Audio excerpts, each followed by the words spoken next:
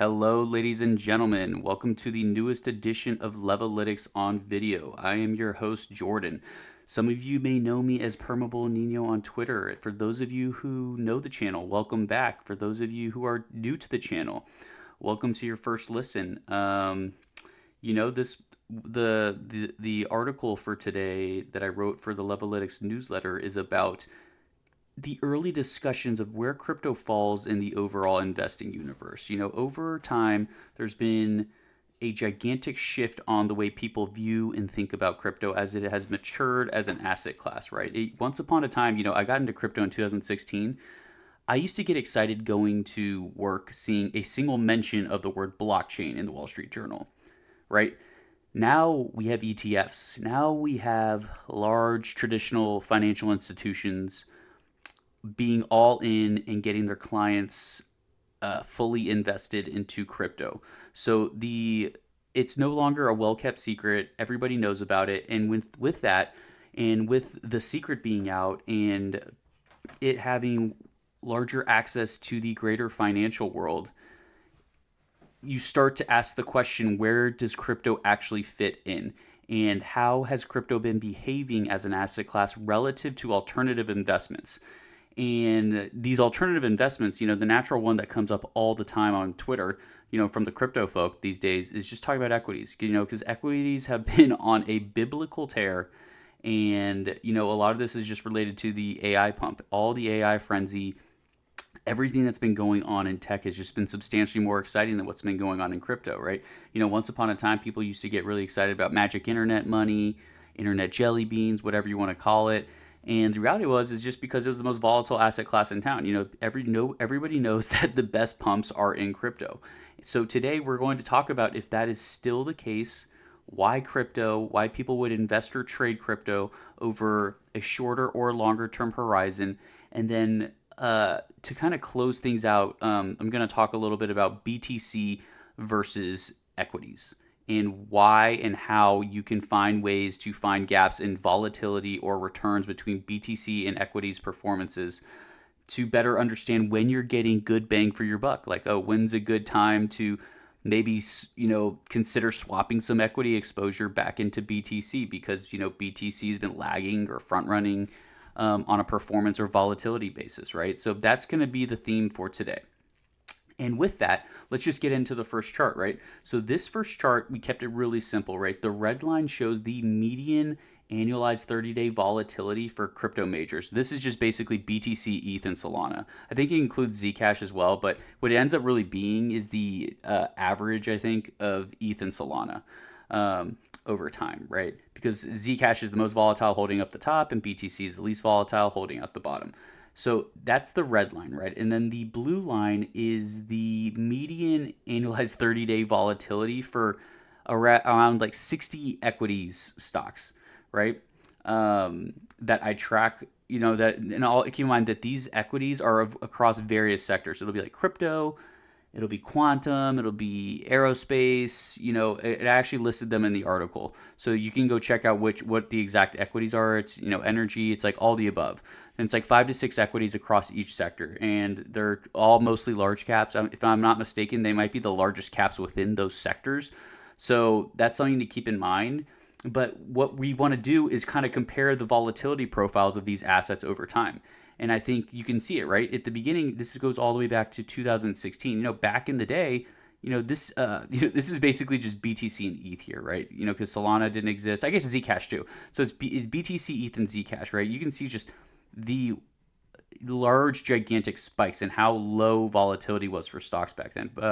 30-day annualized volatility for the basket of stocks is around like 22%, whereas for crypto, it ranged between 70 to 190%. That's gigantic. That's the volatility that AI coins and meme coins trade with now.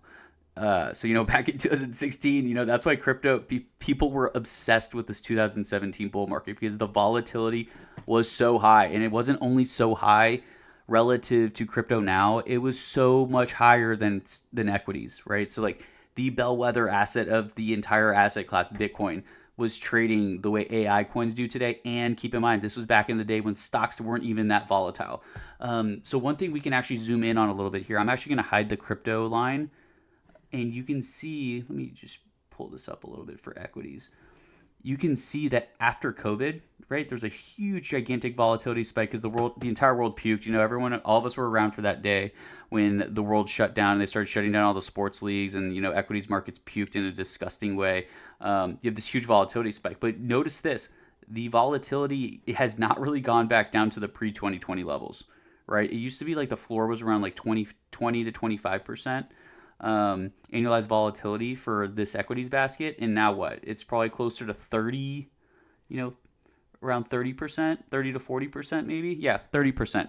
So it's up, like 50% over, since then.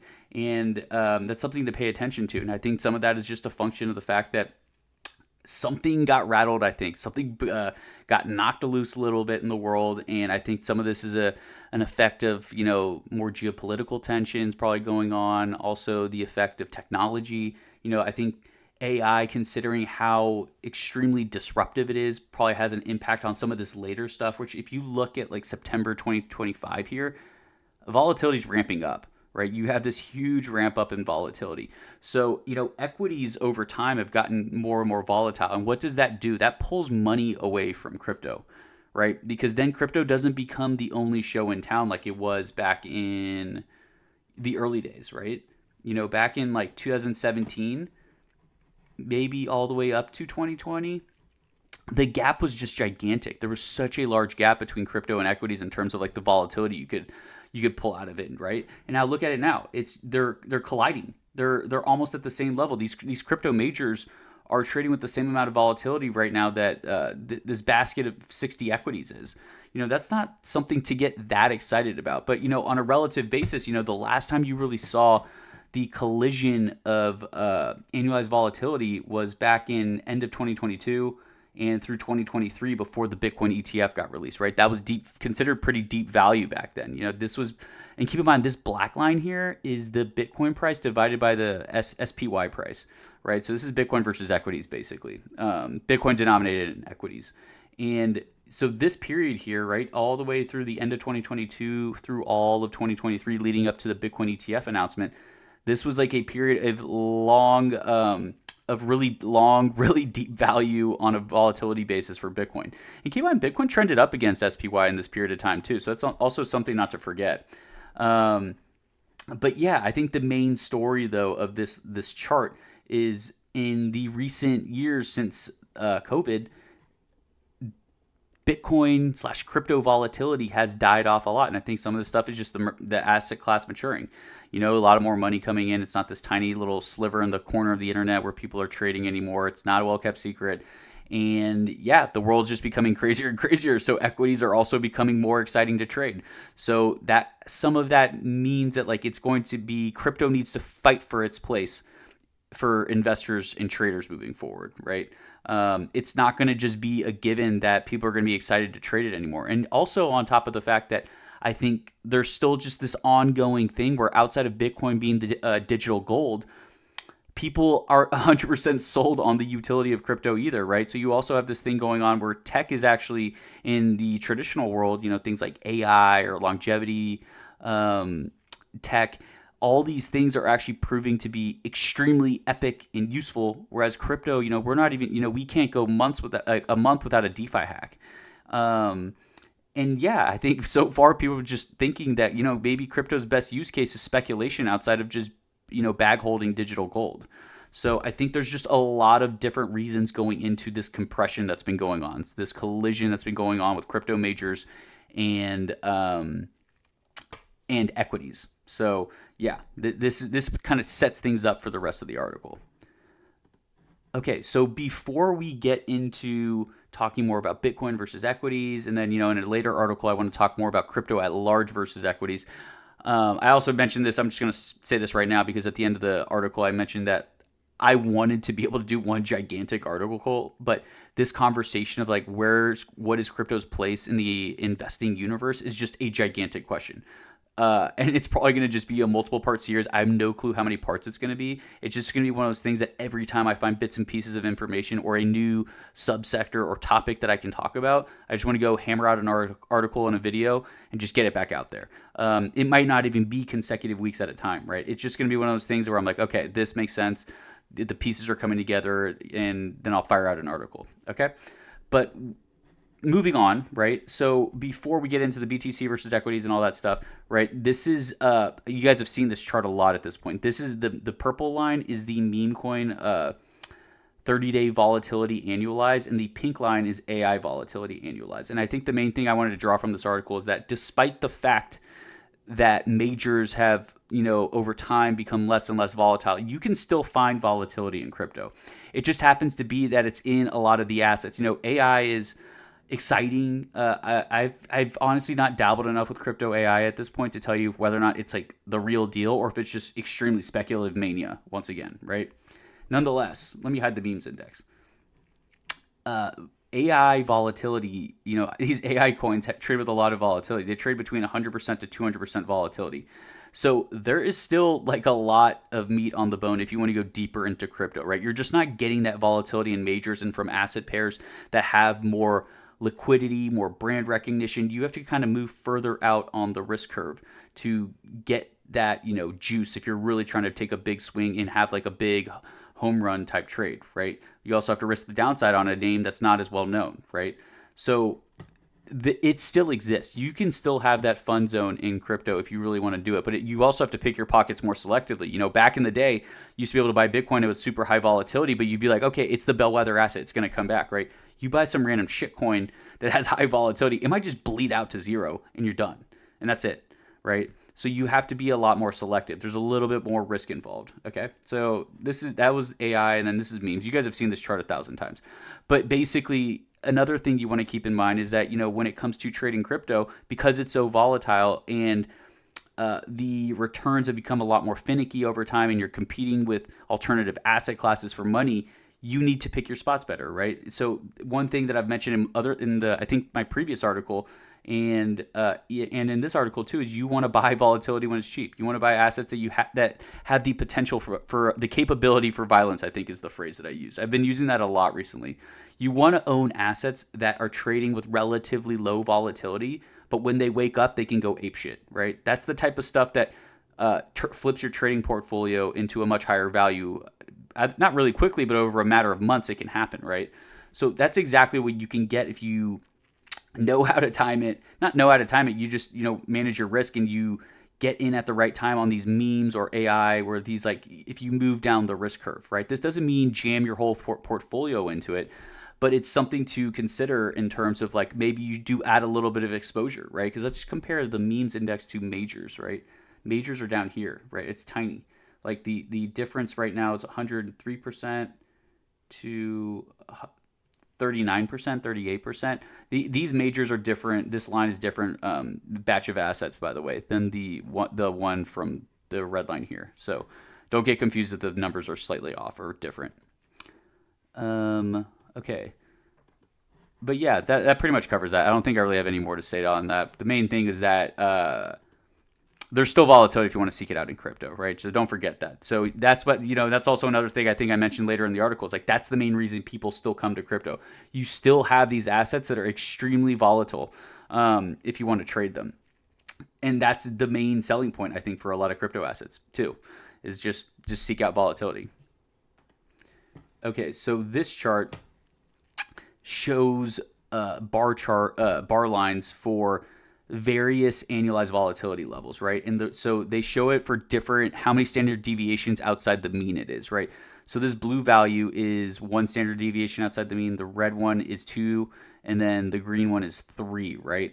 So what I showed this in the article is that the effects on your portfolio and the size of the move that you can get to the upside, and when I say, like, you can see on the y-axis here, it says implied upside move, it just means the pump, right? How much the price can go up if you get a move that's a certain amount of moves, standard deviations outside the mean, right? So remember I talked to you about the bottom end for AI and memes being 100% annualized volatility, right? So that's what this batch of bar charts right here. If you get to move 3 standard deviations outside the mean, that's a 350% pump in a 3-month span, right? That's the effect of compounded high volatility. And keep in mind, that's the bottom end of this of those sectors, right? So those are the type of moves, and that's why people get into this space. Here's the downside of that, though, right? So you 100% volatility. This is what this table I did not include in the article because I figured it'd be difficult to read, but in the video we can talk about it a little bit. You see over here annualized volatility, 3 standard deviations outside the mean, plus 348% over a 3-month span. What's the downside? The downside is that you could also be down 78%, right? That's something to keep in mind. But one thing you also need to remember is that the odds of this occurring are very low. So you would need a gigantic gigapump at 100% annualized volatility consistently to get this 350. But let's just say the reality is that those AI sectors, AI and meme sectors, they actually trade probably closer on average to like something like between 125 and 150, right? So let's just do a 2 standard deviations outside the mean check for a 150% annualized volatility. Let's check it out. It's a 350% move, right? So you really could get this 350% move up 4.5x in a matter of 3 months if you catch the right coins at the right time in the right market conditions. So this is why people stick around in crypto, because you really don't get those type of opportunities that often in traditional markets. You can pick certain assets that are juiced and doing particularly well at certain points in times. I've seen people sharing the SanDisk chart all over Twitter.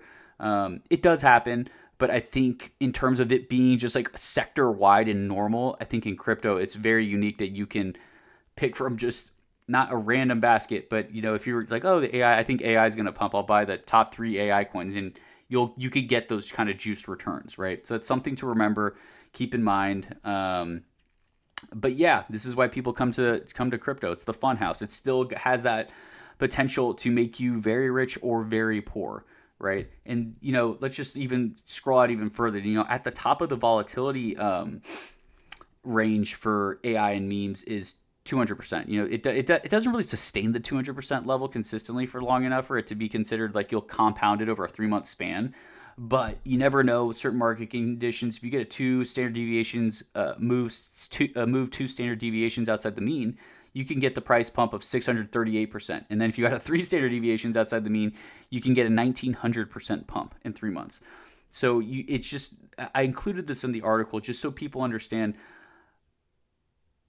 how much can actually be made from volatility. Because, people talk about it and like 75% annualized volatility. What does that actually mean over a translated 3-month span, right? Well, like how much money can you actually make or lose, right? So that's that. We'll move on to the next chart. Okay, so this is the part of the article where I was like, okay, the easiest start, because this article is foundational. I'm trying to build a foundation so we can in future articles talk about more along these lines of where is crypto's place in the investing universe, right? But the easiest way to start is with Bitcoin, right? Because first of all, we have the most amount of data for it, right? You have data going all the way back to 2009, 2010, I think. If I can't even remember.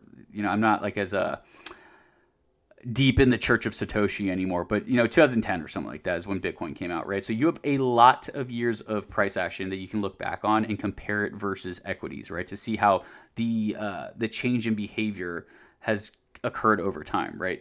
So this is why for these last 3 charts are all going to be BTC focused versus equities. And then in future articles, like I said, we'll dive into stuff within crypto sectors, equity sectors, so we can just start really getting a better understanding of how assets fight for capital and how traders rotate when they see relative value on a volatility or returns basis, right? Like if something seems depressed and the whole market is up, people will go rotate their capital into BTC to buy it, or into another stock to buy it, or some random cryptocurrency to buy it. But that is the purpose of this, right? So, okay, this chart shows you the Bitcoin's rank versus all around 60 equities pairs, right? The ones that I told you about before. Hold on one second. And there's ETH, Sol, and Zcash as well, right? So it shows you its rank, and so low values you see down here tells you that BTC's volatility is very low compared to the rest of the assets, right? So right there you can see that its volatility rank is 50 out of like 65 assets, right? So these low values tell you when Bitcoin's volatility is very low compared to comparable assets that you could be trading, right? And every time you get these low slumped values, you get some sort of big move, right? You got it right here before the BTC ETFs got approved. You got it here at the gigantic top that occurred in the middle / end of 2025, right?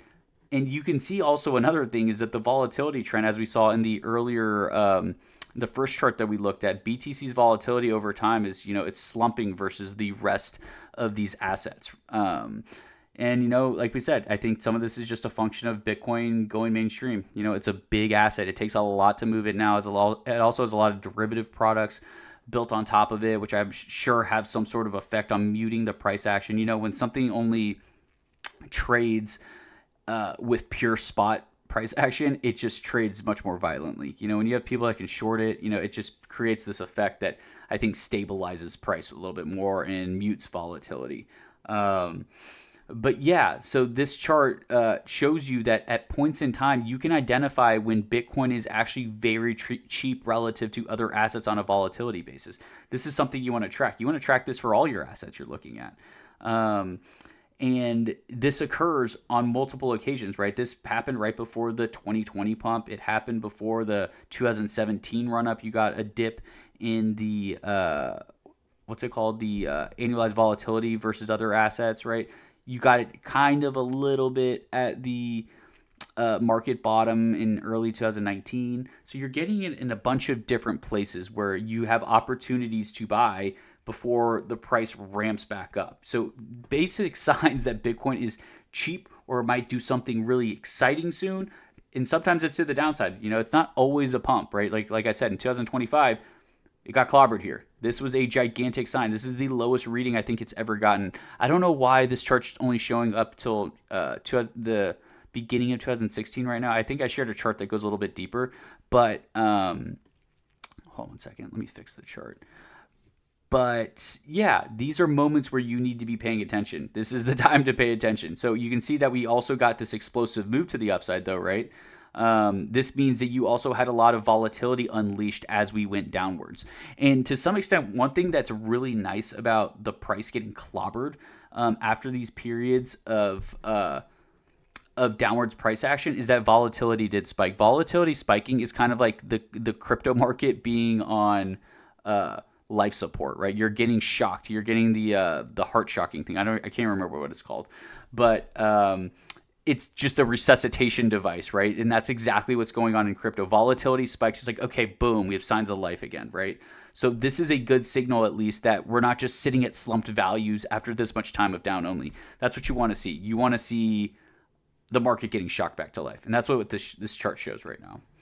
But see, you can look at this for other assets too. I wish I had like another asset price I could plot, but you can show this for, hold on, I'll show you for Tesla, right? For example, Tesla right now has its lowest volatility ranking since 2016.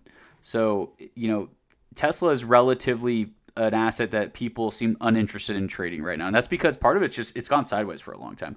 Let me look at the chart real quick. Not that we're equities traders here, but it is important to kind of get a good view of what's going on. Okay, so the weekly chart. And this is 2016, right?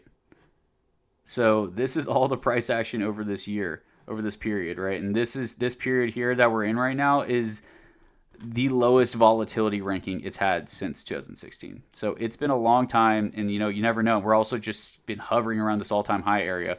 So you never know. There could be a lot of violence. For example, I think something that I would pay attention to personally is that if you get a Tesla move back up to these highs around like a 20% pump near 500, this thing might just go for it. After these long lagging periods of volatility drag versus other assets, you could get a monster move. So here, let's just actually test this out. October 2021, at risk of looking stupid and the metric not working. October 2021. This is October 2021, right before it gigapumped, right? So this is the last time that it slumped that hard. Hold on 1 second. The last time that it slumped that hard, Tesla went up from 265 up to 430 in a matter of like 2 months. So there's validity to this system, right? It's just people seeking out relatively cheap volatility. It's not even a genius way to look at it. It's just simple and elegant. I mean, that's what's elegant about it, is that it's just so simple, and to some extent, it's just it just works. So yeah, so that's that. So now also you can look at assets on a performance ranking basis, right? So this line shows the BTC performance rank versus this batch of equities versus BTC, ETH, Sol, and Zcash as well, right? And it's this simple. If there's 60, keep on this right hand access over here. This shows 1 through like 65 or something like that. So these rankings going down will show you how bad your ranking is, right? So anytime you get BTC's rank down into the 50s down here, you get bottoms. I'll show you examples, right? Here's one, right? You get a bottom down here. It doesn't mean it's perfect every time, by the way, too, guys, right? It just means it's a good time to start paying attention and look for signs of a reversal, right? So in 2020, oh no, never mind, November and December 2019, you had this area where it was hanging out, right? Right up here, bounce. Sorry for the cough. And then here's another example. May, June 2021. This was after basically the blow off top after the Coinbase IPO. Got a little bottoming action here. Here's another one. After the gigantic drawdown off of the second double top, right? You got at least a bounce. Keep in mind, this shows the 90-day rolling performance ranking. It at least provides a bounce, right? In a bear market, you'll get bounces, then it'll just go lower, right? But at a minimum, it's like this thing is sold off at like enough that at least it'll climb the rankings a little bit before it just dumps back down again. You can see it dumps back down again, and it bottoms for a while after all of this.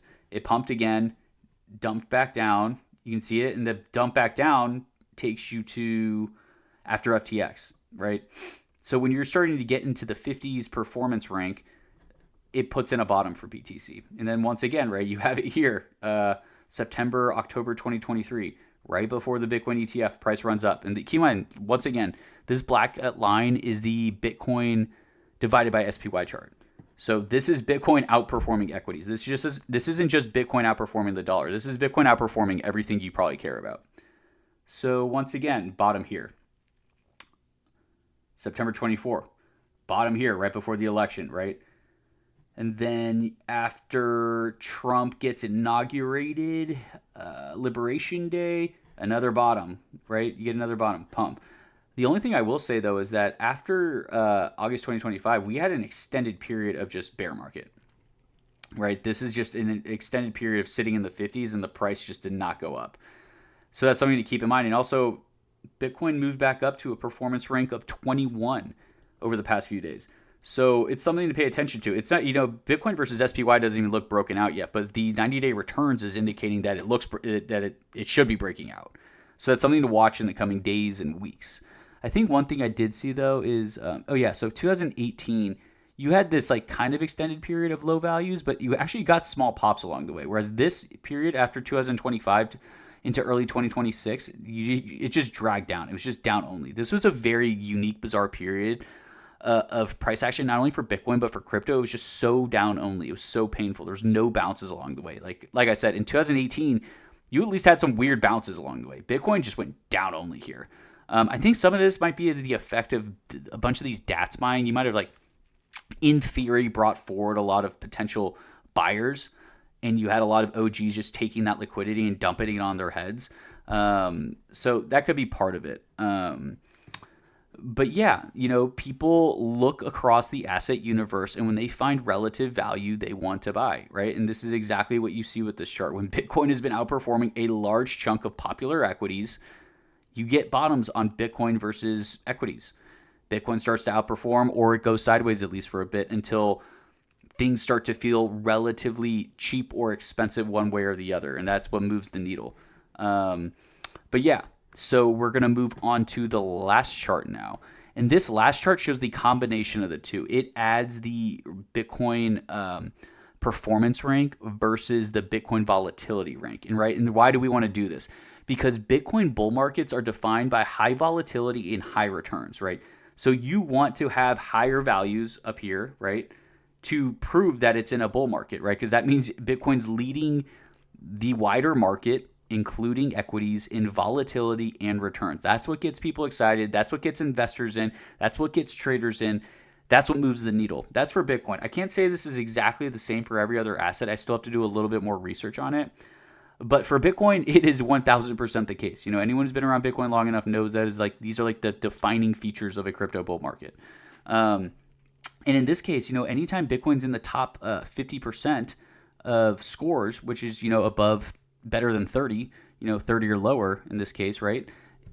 It's a bull market, and you have it exactly here, right? In 2015 all the way through 2017 or 2018, you see how elevated these values are, and then it drops. July 2018, right? It was already it went into bear mode without the price actually even the bottom falling out on this chart, right, on the BTC SPY chart.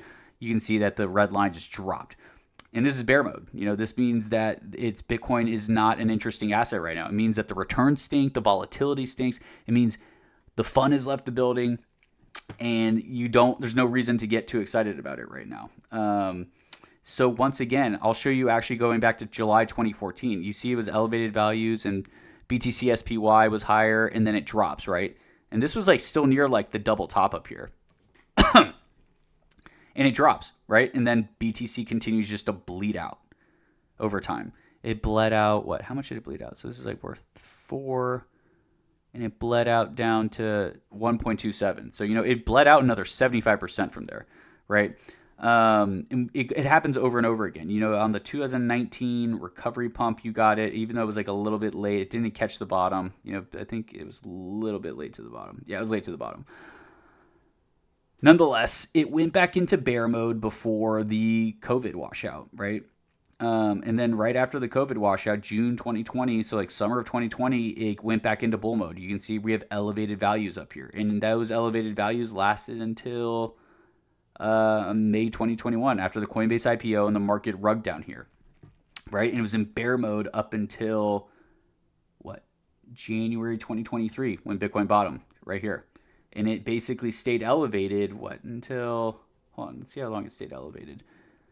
Stayed elevated until the middle of 2024, then went into bear mode for a second, and then it went back into bull mode after Trump got elected. And it stayed elevated, and then November 2025, it dropped beginning of November 2025 is when it started dropping off. And this is basically, if you've seen the BTC chart, let's just go to a normal Bitcoin chart. 2025, November 2025, right here, right? So this is when BTC went off a cliff, and the party stopped, the music stopped, whatever people want to call it. So yeah, it gives you a good idea that, when you get the combination of these, the reason why these low values are very big signals that you need to look out is that Bitcoin's return and volatility profile is much worse than other assets available to trade. So you need to be careful about being overexposed to it. I think the good news is, though, even though we're in full bear mode still, you still want to see this recover. What's the current value? 49. Its return rank is 40. Its combined score is 40. You want it to get above 30. Yeah. You want to get it under 30. I mean, you want it to move back up here. So when it gets back up there, you're back in bull mode. I mean, we were really deep in it for a while here, though. There was nothing to be too excited about. And yeah, those that, like I said before, these are the defining features of Bitcoin bullish price action: high volatility, high returns. If you don't have those, nothing to get too excited about. And now more than ever, as we discussed, Bitcoin is being compared to alternative investments, like equities or whatever else you want to look at. So if it's not living up to the hype and not performing the way people want it to, and why people come to Bitcoin, people will avoid it. There will be long-term hodlers and, long-term investors and bulls that'll buy these really cheap prices. That's great. But I think if you're talking about the parts that are exciting, like the bull market, where you get the fun price action and everyone's high-fiving and slapping ass, you don't really get that until you get the signs that the market is exciting again. So you need to be patient and wait for that moment to strike.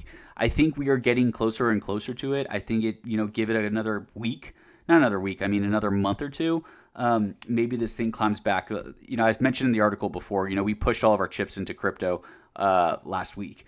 So I'm constructive on this market. So I do think there's an opportunity for this to recover. Whether or not I think there's going to be an outright bull market from here, I'm not completely sure. This is one of those metrics I'll circle back to look at when the time is right. If the metrics start firing, and I also want to add these metrics as well to Dude Terminal, so you guys can look at that whenever you want to. I'll try to do that this weekend or next week, early next week, hopefully. But yeah, this was like the early foundational piece, like I said, to kick off this exploration of where crypto belongs in the investing universe or the trading universe, right? And we'll keep diving deeper. I'll report back whenever I can come up with what I think the next topic is. Like I said, I think I'm going to try to do some intra-asset class work and do some research and see if there's any good findings from there. I was actually pretty pleased with the findings today because this was actually a pretty simple study. I didn't consider this overly complex. I'm sure a lot of people would think, oh, this is like, hopefully not pedestrian, but I think they'd say, this isn't over the top complicated either. So it's nice when you can keep things simple and the truth just reveals itself that easily, right? And yeah, I'm not really sure I have anything else to say for today. So I hope you guys have a great day, evening, weekend, and I appreciate you guys tuning in. And I'll talk to you guys on Tuesday. Goodbye.